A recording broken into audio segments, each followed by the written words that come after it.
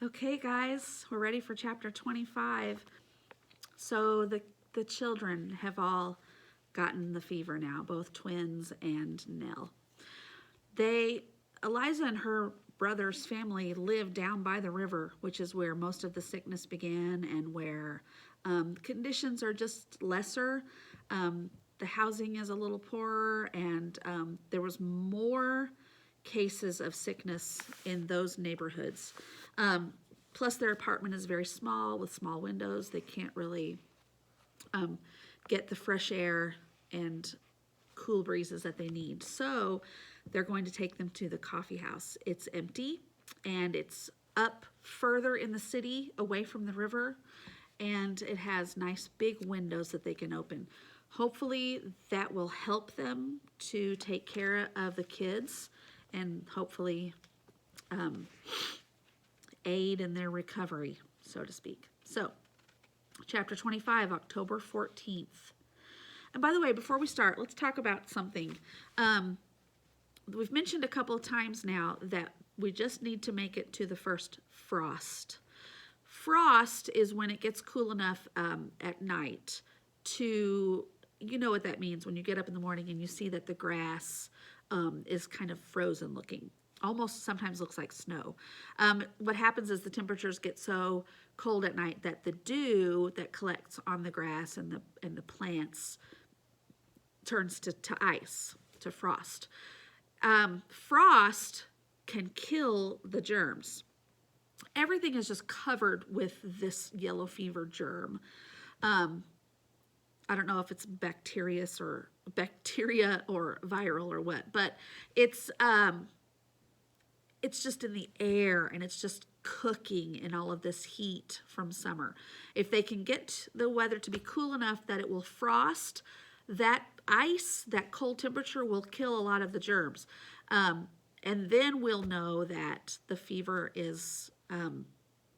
will start to get better. It won't go away overnight, of course, but if the weather can cool down enough that the disease isn't able to multiply as much, then they can hopefully begin to see some progress. So just trying to make it to cooler, frosty weather. Chapter 25. Mother Smith sent a mule cart to the cooperage. I scrubbed the cart with boiling vinegar while Eliza gathered the drugs and herbs we would use to treat the children. Joseph prayed over his sons and Nell while we packed bed linens and blankets. When the cart was ready, he dragged the mattress down the narrow staircase and laid it in the cart. I carried Nell. Mama, he called weakly. She called weakly. I bit my lip and asked my heart to be hard. I couldn't help her if I fell apart. Joseph insisted on carrying each boy downstairs by himself, whispering while he tried to massage the pain from his sons' heads. He gently laid them on the mattress and tucked them in so they wouldn't be jostled. Take care of them, he said hoarsely to Eliza. Aren't you coming? I asked. Joseph shook his head. They have a better chance away from me or anyone with the fever, he said. He'll be fine, and those babies will be fine, said Mother Smith resolutely as she patted Joseph's arm. The society will watch out for Joseph, Eliza. Don't you worry about him. Go on now. Go with God. Joseph's knees buckled slightly as he kissed the boys goodbye, laid his hand on Nell's head, and hugged Eliza. Mother Smith curled her fingers around his elbow. His tall frame leaned against her withered one as Eliza slapped the mule's rump and the wheels of the cart squeaked.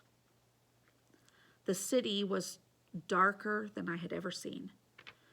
The moon had already set, but no light flickered in the whale oil lamps that lined High Street. The lamplighters had all fled the city or died. Candlelight spilled from only a few windows, and the stars were faint and distant, as far away as hope or dawn. We struggled to get the mattress out of the cart at the coffee house. Our arms strained under the awkward weight, dragging it around to the back gate, through the yard, and finally in the back door. At last, we set the mattress and the children on the dusty pine boards of the front room. We should keep them down here, I said. It's too close upstairs and frightfully hot during the day. I agree, Eliza said, but I don't like having the mattress on the floor. Let's push together those tables and set the mattress on top of them. Should we open the windows while it's dark? That's how the thieves got in. Eliza pulled a knife from the waistband of her skirt. If they try again, we'll be ready.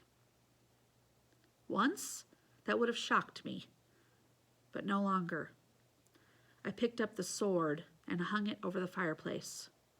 We would keep the children safe. Despite the late hour, sleep would not come. Eliza was deep in prayer by the bedside. I felt like an intruder. I fumbled in the clothes press for a candle and set it into a holder on the kitchen wall. The flickering light beat back the darkness. The kitchen looked as it had the night grandfather died. At least we haven't suffered any more intruders. My head thumped. So much, so fast. I could not erase visions of the sick and the dying. I paced the room. The children slept, Eliza still by their side with her head bent. I kicked something hard and hurt my toe. What could be on the floor? I got on my hands and knees and felt along the dark floor until I found a lump wrapped in a napkin. I carried it over to the candlelight. It was Nathaniel's painting, the flowers he sent to me when Mother was ill. I pressed the picture to my cheek. Stay inside, Nathaniel, I thought. Stop tossing flowers out the window at passing girls, and stay inside where you're safe. I smelled the cloth, but found no trace of Mother. Where was she? Was she alive? I had so much to tell her, so much to talk about. I would have traded anything to hear her swift footsteps across the floor. I laid my head on the kitchen table. As soon as I fell asleep, Eliza nudged my shoulder. Wake up, she said. I sprang to my feet, followed her into the front room. How are they? I asked. Eliza opened Robert's eyelids and then William's. Their eyes were bloodshot and yellow-stained. They are full of the pestilence, she said grimly. Nell seems to be faring better, but there's no question she has it too. She pressed her lips together to hold back the tears. It'll be fine, Eliza. Think of all the people we've cared for. I survived this, Joseph survived, and so did thousands of others. We can do this. I know exactly what you're going to tell me to do. Stoke the fire and prepare to wash more dirty sheets. Caring for the children was harder than caring for any other patients we'd visited. Just as Robert fell asleep, William would wake, crying. As soon as he was made comfortable enough to drift off, Robert would stiffen and jolt awake with a piercing scream. Nell didn't recognize me. She woke from terrible dreams and looked around the room blindly, crying for her mother. Night melted into day. Day surrendered into night. The small bodies gave off heat like an iron stove, no matter what we used to bring down the fever. I hauled up bucket after bucket of cold well water until the rope blistered my hands and the blisters burst and bled. The floor beneath the mattress was a pool of water. We used up all the linens in the house, which I rinsed in vinegar and hung outside to dry. Eliza fashioned a fan that kept the bugs off the children and cooled them a little bit, but it was so large and heavy that we could only wave it for a few minutes at a time. But as soon as we lay the fan down, they would whimper and cry. The food Mother Smith had hastily packed soon ran low, along with the cask of vinegar that Eliza had brought with us. I kept one eye on the window watching for a society member carrying bread or dried meat. Eliza was more concerned about the dwindling supply of medicine, the mercury and calomel. She dosed the boys regularly and gently to purge the putrid bile from their bodies, but it seemed to have little effect. The twins cried in pain, in confusion, in terror. It was impossible to give Nell any medicine. We tried forcing it down her mouth, but it came right back up at us. It was all we could do to keep water in her stomach. On the 4th day, no, it must have been the 5th, an ominous silence pressed in on the room as the fever penetrated deeper. The boys turned frail, their skin ashen and their cheeks sinking as their bodies burned up under the infection. They didn't even have the strength to suck their thumbs. Eliza moved William closer to Robert so they could draw some comfort from each other. Nell lay on her back, her breath coming in shallow pants. I set the fan on the floor. I had lost track of when I last ate or slept. Eliza picked it up and waved it over the tiny bodies until her arms shook with the effort. She set the fan on the foot of the mattress. I think we should find a doctor, Eliza said. They should be bled. No, Eliza, don't bleed them. It will kill them for sure. It won't work. I don't like the thought of cutting them either, but it may be our only hope. Dr. Rush recommends it. He was bled himself when he was ill. But the French doctors say bleeding kills people. Think of all the patients you've seen who died after doctors bled them. They didn't bleed me, and I'm alive. Don't do it, Eliza. Eliza stared into the light of the sputtering candle. They took 20 ounces of blood from Joseph, and he will live for years. If Joseph is alive, it's in spite of the bleeding, not because of it. I grabbed Eliza's hands. Think of it. Dr. Rush has seen 2 or 3 epidemics in his life. The French doctors come from the West Indies, where they treat yellow fever every year. Surely their experience is more valuable. Eliza pulled a hand away and stroked William's arm. I don't know what else to do, she whispered. I promised their mother I wouldn't let them die. Trust me, please, I pleaded. They'll survive, I know they will. But if we bleed them, we'll deliver them to the grave. We can't cut them, Eliza. She looked up at me, struggling with her doubts. Trust me, I said firmly. Eliza nodded. All right, no bleeding. Robert woke with a shriek that ended all discussion. A few minutes later, William woke, vomiting blood and crying. Nell, startled, and cried weakly. We worked frantically, drawing water, washing the burned bodies, and turning every herb, tea, and poultice to break the fever and banish the infection. The candle burned down to a puddle of wax, then a second, and a third.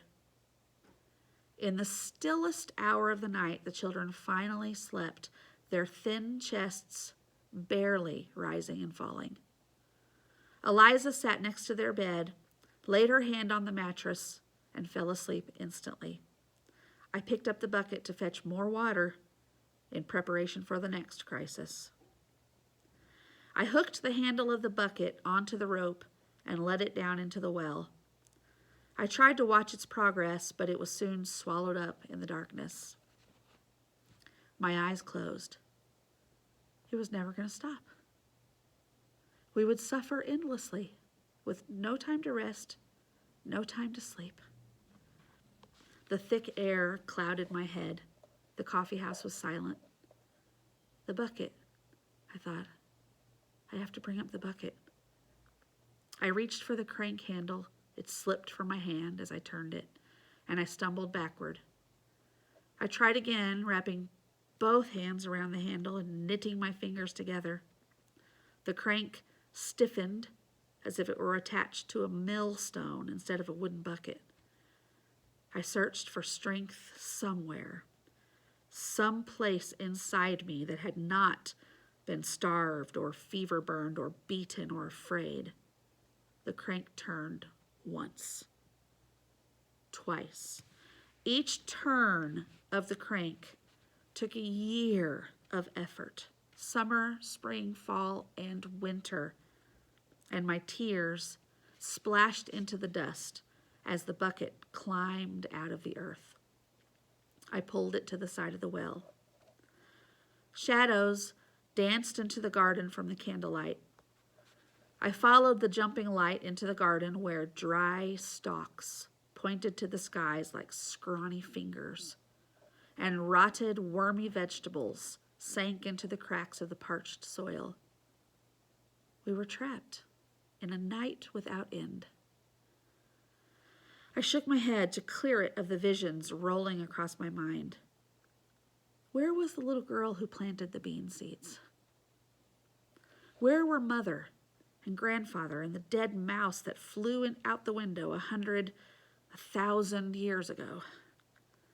And Blanchard's yellow silk balloon that tugged against its ropes, hungry to escape the confines of the prison yard? What became of it all? My eyes closed. I could see that clear January morning, the moment of release when the balloon floated above the rooftops. Thousands of voices cheered and screamed with delight. Nathaniel had grasped my hand, and we watched as the gold sphere ferried Monsieur Blanchard and his little black dog away in the wind. I thought all things were possible in heaven and on earth that day. A whisper of wind passed by from the north. It lifted the hair off my face and rattled the squash vines. I shivered. Only the soles of my feet were warm, heated by dirt that had absorbed the sun all day. So tired. I laid down between the rows and rested my head on the ground. So Maddie is just kind of done. She's physically and mentally exhausted. She could barely pull up another bucket of water. She can barely remember what she's even doing. She's reached the point where she's just kind of done. Her body and her mind are spent.